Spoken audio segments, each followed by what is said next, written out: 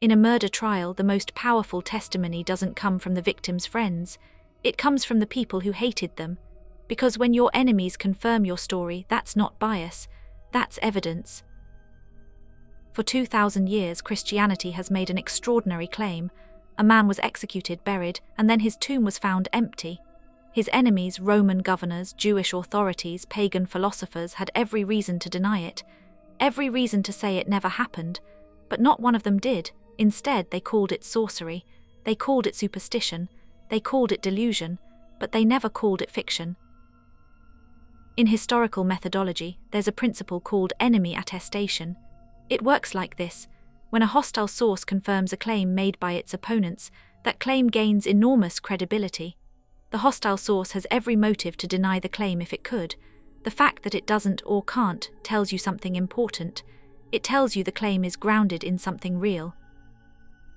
Over the first 2 centuries after the crucifixion, at least 8 non-Christian sources mentioned Jesus, his execution, or the movement he started. These writers were not sympathetic. They were Roman administrators who persecuted Christians, Jewish authorities who considered Jesus a heretic, Greek intellectuals who mocked his followers as gullible fools, and every single one of them in their hostility confirmed something that Christianity's critics most wanted to deny. The trail begins around 52 CE, barely 2 decades after the crucifixion. A historian named Thallus, writing a history of the Mediterranean world, mentioned a darkness that fell over the land at the time of the crucifixion. He didn't deny it happened. He tried to explain it away as a solar eclipse. A Christian historian named Julius Africanus later pointed out the problem. A solar eclipse can't occur during Passover because Passover falls on a full moon, and solar eclipses require a new moon. The darkness was real enough that a pagan historian felt compelled to explain it. He just couldn't. Around 73 CE, a Syriac philosopher named Mara bar Serapion wrote a letter to his son from a Roman prison. He compared 3 wise men who were unjustly killed, Socrates, Pythagoras, and the wise king of the Jews. He wrote, "What advantage did the Jews gain from executing their wise king? It was just after that their kingdom was abolished." Mara wasn't a Christian. He wasn't a Jew. He referred to his own gods. But he placed Jesus alongside Socrates and Pythagoras, the greatest minds of the ancient world, and noted that his teachings survived his death. He didn't mention a resurrection. He said the wise king lived on through his teachings. That's what a pagan outsider saw, looking at the evidence from the outside. In 93 CE, the Jewish historian Josephus wrote his Antiquities of the Jews. In it, he included a passage about Jesus that has been one of the most debated texts in ancient history. The version that survives contains phrases no Jewish historian would have written, calling Jesus the Christ, describing his resurrection as fact. Scholars have long recognized that Christian scribes added these phrases centuries later. But when you strip away the additions, as the scholar John Meyer did in his landmark reconstruction, what remains is striking. Josephus wrote that Jesus was a wise man, a doer of startling deeds, a teacher who gained followers among Jews and Greeks, that Pilate sentenced him to crucifixion at the instigation of Jewish leaders, and that the tribe of Christians named after him had not disappeared. That's a Jewish historian, writing for a Roman audience, confirming the basic facts. No resurrection claim, no divine titles, just the facts as a non-Christian saw them, and in a separate passage, one that virtually every scholar accepts as authentic, Josephus mentions James, the brother of Jesus who was called Christ. That casual reference presupposes that his readers already knew who Jesus was. In 112 CE, a Roman governor named Pliny the Younger wrote to Emperor Trajan with a problem. Christians were spreading through his province so rapidly that pagan temples were being deserted. He had been arresting and interrogating them, even torturing 2 female deaconesses, and reported what he found. They met before dawn on a fixed day. They sang hymns to Christ as to a god. They bound themselves by oath to live ethically, no theft, no fraud, no adultery. They shared a common meal. Pliny found nothing criminal in their practices, but their stubborn refusal to worship Roman gods, he wrote, deserved punishment regardless. Within 80 years of the crucifixion, a Roman governor confirmed that Christians were worshipping Jesus as divine, meeting regularly, and growing so fast that the old religions were emptying out. Pliny didn't understand why. He just knew he couldn't stop it. 4 years later, Rome's greatest historian weighed in. Tacitus, writing his annals around 116 CE, described Nero's persecution of Christians after the Great Fire of Rome. His account is dripping with contempt. He called Christianity a deadly superstition. He called its followers criminals, but in the middle of his hostility, he confirmed something extraordinary. He wrote, Christus, from whom the name had its origin, suffered the extreme penalty during the reign of Tiberius at the hands of one of our procurators, Pontius Pilatus, and a most mischievous superstition, thus checked for the moment, again broke out not only in Judea, the first source of the evil, but even in Rome. Read that again. Checked for the moment, again broke out. Tacitus, Rome's most careful historian, acknowledged that the execution should have ended the movement. It was checked. Stopped, finished, but then something happened. Something caused it to break out again, not just in the backwater province where it started, but in the capital of the empire itself. Tacitus doesn't say what that something was. He just records the fact that the movement's founder was killed, and the movement didn't die with him. By the mid-2nd century, the Greek satirist Lucian of Samosata was mocking Christians with undisguised contempt.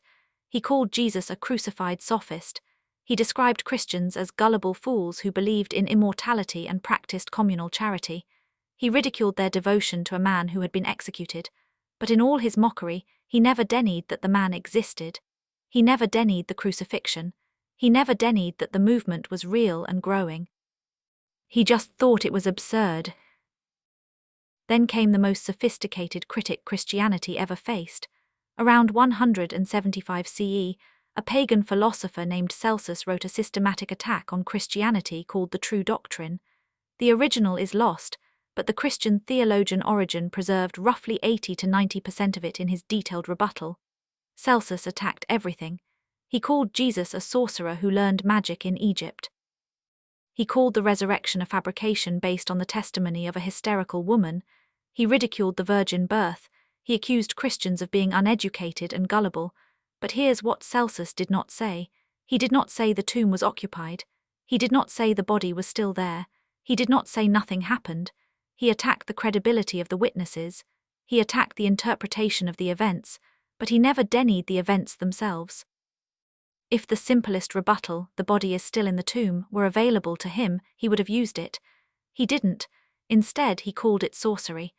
And that word sorcery is the most revealing accusation in the entire ancient record. Because the sorcery charge doesn't appear just once, it appears in 3 independent traditions. Celsus called Jesus a sorcerer. The Talmud, the compilation of Jewish rabbinic tradition, records that Jesus was executed for practicing sorcery and leading Israel astray. And the early Christian writer Justin Martyr reported that Jewish opponents in his day were calling Jesus a magician. 3 independent sources, 3 different cultural traditions, all converging on the same accusation. And that accusation is an admission. When you call someone a sorcerer, you're not saying nothing happened. You're saying something happened, something you can't explain, and you're attributing it to the wrong source. The enemies of Christianity never denied that Jesus performed remarkable deeds. They couldn't. Too many people had seen them, too many people remembered. So they did the only thing they could. They reattributed the deeds to dark powers. They said it was sorcery, but they never said it was fiction. The Talmud's account in Sanhedrin 43a is the last major hostile witness. It records that on the eve of Passover, they hung Yesu, and that a herald went out for 40 days beforehand, declaring that he was to be stoned for practicing sorcery and leading Israel astray. The 40-day herald is likely a later literary addition. But the core tradition, execution on the eve of Passover, charges of sorcery and apostasy, is consistent with the Gospel accounts and is considered early by most scholars. The Jewish authorities, with every reason to deny Christian claims, instead confirmed the execution, confirmed the timing, and confirmed that Jesus performed deeds they could only explain as sorcery. Step back and look at the full picture. 8 non-Christian sources spanning 150 years, written by people who despised Christianity or had no stake in its success. Not one denies that Jesus existed. Not one denies he was executed. Not one denies that his followers claimed extraordinary things about him. Several confirm specific details: execution under Pilate, reputation as a wonder worker, rapid spread of the movement. And the most revealing pattern of all, when confronted with the claim that Jesus performed remarkable deeds, his enemies never said nothing happened. They said it was sorcery. When confronted with the claim that the tomb was empty, his enemies never said the body was still there. They attacked the witnesses. In a courtroom, this is called an admission against interest. When the opposing side's own evidence supports your case, that's the strongest evidence there is. Now, honesty requires some caveats. These sources confirm the historical context of Christianity, the existence of Jesus, his execution, the survival and growth of the movement. They do not prove the resurrection. The enemy attestation principle tells us that the basic facts are well established, but the interpretation of those facts, whether the resurrection actually happened, is a different question. What the hostile witnesses tell us is that something extraordinary occurred. Something that the movement's enemies could not deny, could not explain away, and could not stop. The execution should have ended it. Tacitus said it was checked, but it broke out again, and within 80 years a Roman governor was writing to the emperor because the temples were emptying. The enemies confirmed the facts.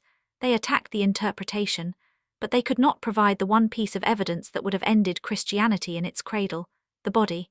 If the tomb was not empty, producing the corpse would have been the simplest and most devastating rebuttal in history. No one did, not the Romans, who had every reason to crush the movement, not the Jewish authorities, who had every reason to discredit it, not the philosophers, who had every reason to expose it. The silence of the enemies is, in its own way, as loud as the testimony of the friends. The hostile witnesses confirm the stage, the execution happened, the movement survived, the enemies couldn't deny the deeds, they could only reattribute them. And the tomb, no one ever produced the body, but confirming the stage is not the same as explaining what happened on it. For that we need to look at what happened next, how 12 fishermen from a backwater province conquered the most powerful empire in history. That's episode 4.